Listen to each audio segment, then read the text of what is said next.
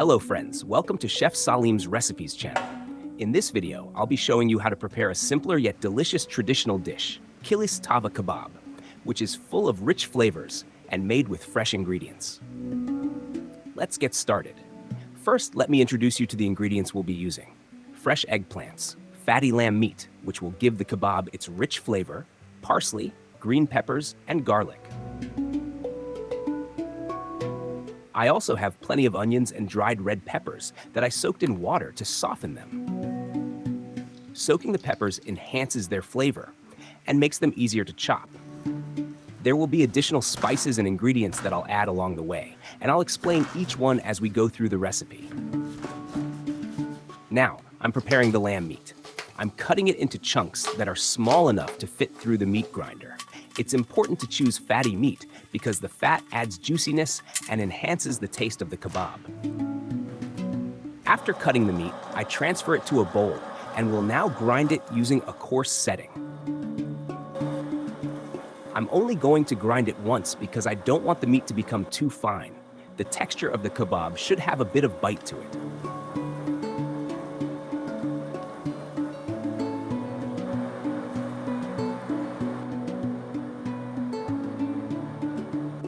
Next, I'm moving on to the vegetables. I'm starting with the onions, chopping them into small pieces. This recipe will make enough food to serve around 25 to 30 people, so we need quite a bit of onion.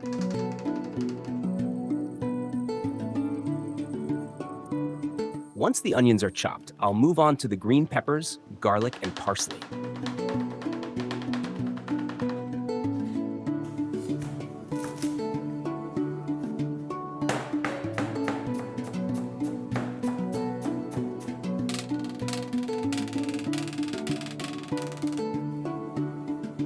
I'm using a large cutting board to chop everything, and after that, I'll mince them further with a large kebab knife.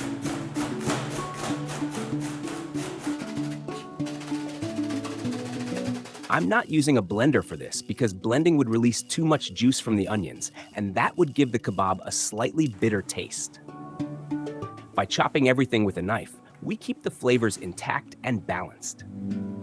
At this stage, if you're looking for something fresh, you could also mix the chopped vegetables with some olive oil and turn it into a delicious salad. It would be a perfect side dish with its crunchy texture and vibrant flavors. Now that the vegetables are ready, I'll add the lamb meat to the mixture.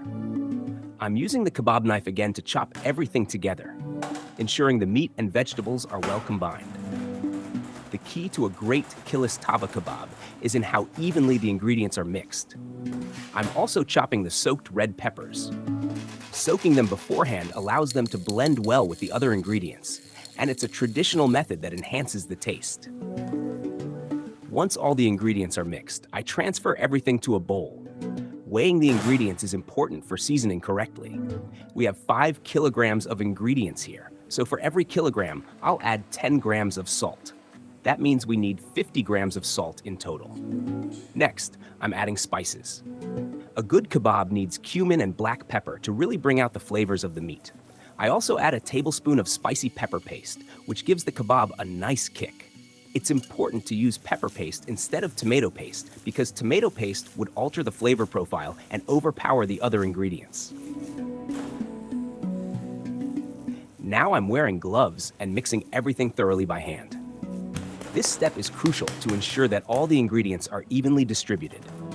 As you can see, the mixture looks vibrant and delicious already. It's as if the ingredients are calling out to be eaten. Next, I'm preparing the trays. I grease my aluminum trays well to make sure nothing sticks. Now, I start preparing the eggplants. I'm peeling them completely, making sure no skin is left. The eggplant provides a soft base for the kebab, and peeling them helps them cook evenly. After peeling, I slice the eggplants diagonally to create evenly sized pieces.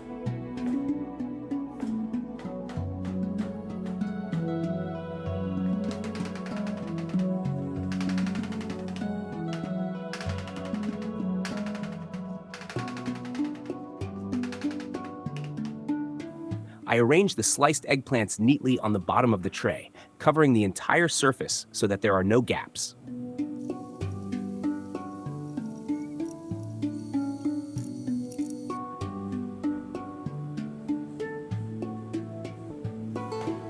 You could also slice the eggplants lengthwise if you prefer a different presentation.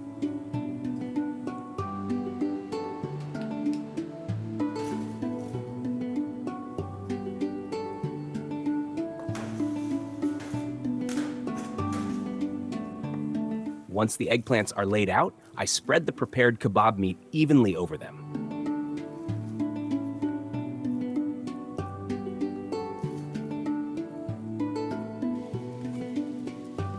It's important to cover the eggplants completely with the meat mixture to ensure that every bite is flavorful.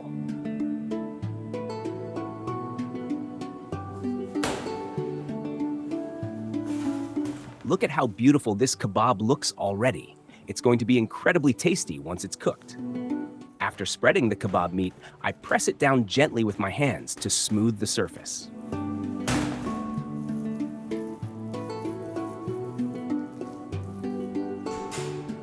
Now, I score the top with a knife, but I don't cut all the way through.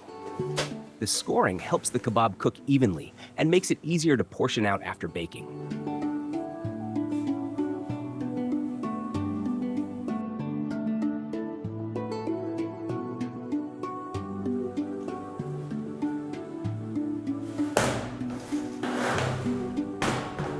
For the small tray, I'm making triangle cuts, similar to baklava slices. Finally, I add slices of fresh tomatoes on top, which will roast beautifully and add a hint of sweetness to the kebab.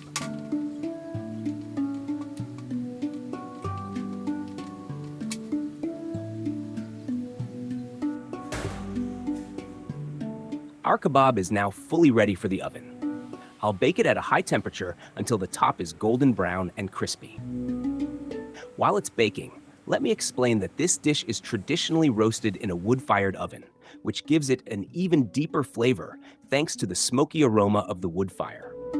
If you have access to a wood-fired oven, I highly recommend trying that method. Once the kebab is out of the oven, I'll slice it. One slice is enough for one person, and I'll serve it alongside soup, rice, salad, and a drink, making it a complete and satisfying meal. Thank you so much for watching. Please like and comment on this video, and don't forget to check out my other recipe videos. Your support means a lot to me. See you in the next recipe video. Take care.